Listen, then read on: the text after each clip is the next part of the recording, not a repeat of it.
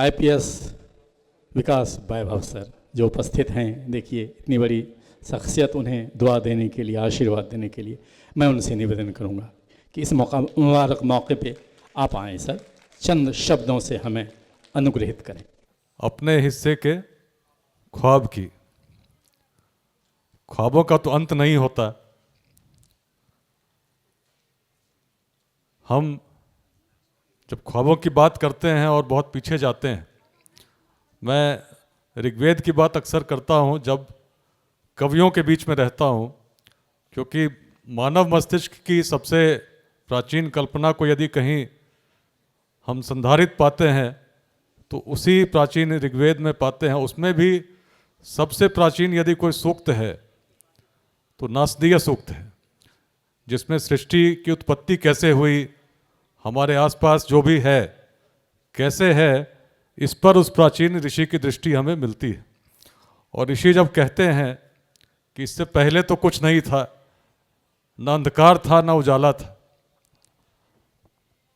न जल था न वायु थी, कुछ नहीं था, लेकिन अंत में उसी सूक्त में कहते हैं जब कुछ भी नहीं था तब कहीं न कहीं वह परम तत्व विद्यमान था। और उस परम तत्व की इच्छा, कामना, कामस्तदग्रे संवर्ततादि मनसो रेता प्रथमम यदासित, प्रथम कामना से इस पूरे सृष्टि की उत्पत्ति हुई।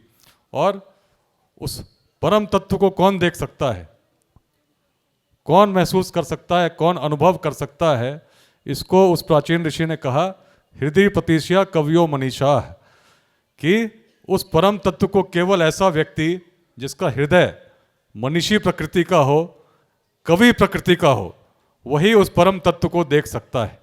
इसका मतलब जो चीज़ें हमें नहीं दिखती लेकिन जिसमें सृष्टि का सार हो, उसको कवि देख सकता है। मेरे मन में भी एक ख्वाब है, इसी कारण से अविनाश बंधु से, अर्चना त्रिपाठी जी से, आप सभी साहित्यकारों से जुड़ा, मंच पर उपस्थित सभी का अभिनंदन करता हूँ। ख्वाब है विकसित भारत को देखने का, उसमें एक ख्वाब है विकसित बिहार को देखने का। और आज जब सुबह में आ रहा था कार्यक्रम की ओर, तो घर से चला तो सारे पोस्टर्स जो रोड पर लगे थे, अविनाश बंधु जी के पोस्टर की बात नहीं कर रहा हूँ, लेकिन बाकी जितने पोस्टर थे, लगाने वाले भी बड़े बड़े लोग थे, जिन विषयों के बारे में लगा था वो भी बड़े अलग अलग विषय थे। लेकिन मैं सोच रहा था कि मेरा जो ख्वाब है, क्या ऐसा कोई पोस्टर है जिसमें वो ख्वाब दिखता हो? मुझे नहीं दिखा। बिहार की बात कर रहा हूँ। बिहार आज भारत का सबसे पिछड़ा राज्य है पर कैपिटा इनकम में। सिक्किम में रहने वाला एक व्यक्ति महीने में 48,000 रुपये कमाता है।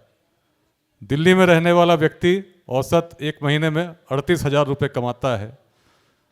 तेलंगाना में रहने वाला व्यक्ति औसत महीने में 29,000 रुपये कमाता है। गुजरात में, महाराष्ट्र में, केरल में रहने वाला व्यक्ति औसत महीने का 23,000 रुपये कमाता है। ये सार्वजनिक डेटा है इकोनॉमिक सर्वे की। और आंध्र प्रदेश में रहने वाला व्यक्ति 20,000 कमाता है। अनेक राज्यों की श्रृंखला बनती है, सबसे नीचे अपना बिहार आता है। और बिहार में रहने वाला व्यक्ति केवल 5,028 रुपये प्रति माह आज की तिथि में कमा पाता है। अब बताइए, ख्वाब है 2047 तक एक विकसित भारत देखने का, ख्वाब है 2047 तक बिहार विकसित हो। अच्छी बात क्या है, करंट प्राइसेस के रेट पे हम आज 14.5% के दर पर बढ़ रहे हैं।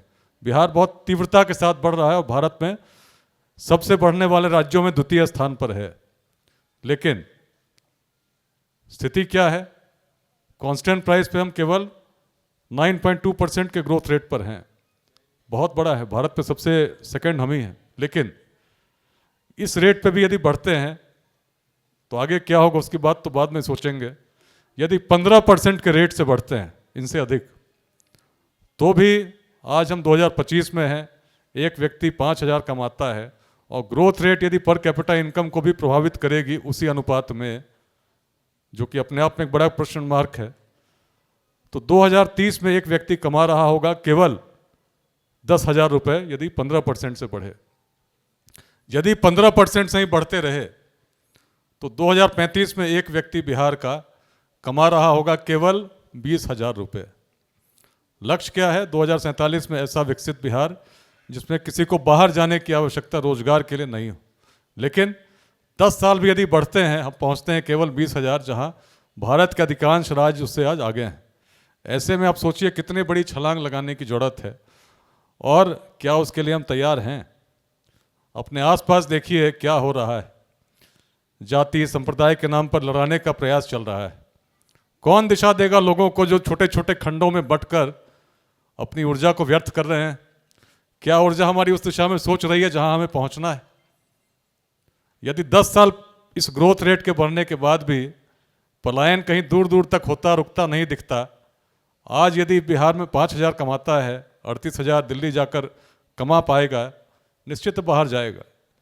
लेकिन यदि हम चाहते हैं वास्तव में जो अपना ख्वाब है कि बिहार बदले, तो मैं तो पूरे साहित्य जगत को इसलिए सबसे अधिक कहता हूं क्योंकि आपकी बात मन को छूती है। जहां न पहुंचे रवि वहां पहुंचे कवि। और आज बिहार में जो स्थिति बन चुकी है, हर व्यक्ति, अभी कुछ देर पहले अमरदीप जी अफीम की बात कर रहे थे, दिग्भ्रमित है, और दिग्भ्रमित करने वाले लोग बहुत हैं। अपने छोटे छोटे स्वार्थों के लिए बांटने वाले लोग बहुत हैं। लेकिन देश आगे तब बढ़ेगा जब जाति धर्म के ऊपर उठकर हम देश के लिए काम करेंगे। और यहाँ हमारे ख्वाब तभी पूरे होंगे जब कवि के मन की बात देश को आगे बढ़ाने के लिए तत्पर हो जाए।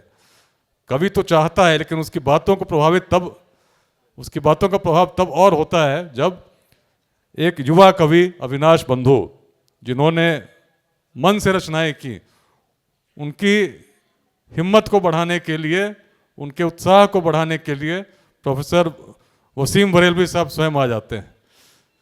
तो मैं बड़ा प्रसन्न हूँ इस अवसर पर, और मैं हृदय तल से बधाई देना चाहता हूँ अविनाश बंधु जी को। बिहार को आगे बढ़ाने की ललक, देश को आगे बढ़ाने के मन में जो इनके भाव हैं, वही हमें जोड़ती हैं। और वही कारण है कि आज अधिकांश लोग जिनको मैं सुन रहा था, कहीं ना कहीं हम लोग पहले भी जुड़े थे, तो कारण था कि हम चाहते हैं हम आगे बढ़ें।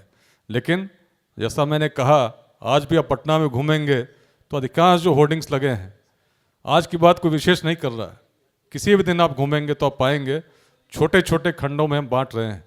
महापुरुषों की तस्वीरें दिखेंगी, लेकिन महापुरुषों के पीछे जो बैनर लिखा होगा किसी जाति या किसी संप्रदाय का लिखा होगा। महापुरुष किसी जाति या संप्रदाय का नहीं होता, लेकिन उनको भी हमने बांट दिया है।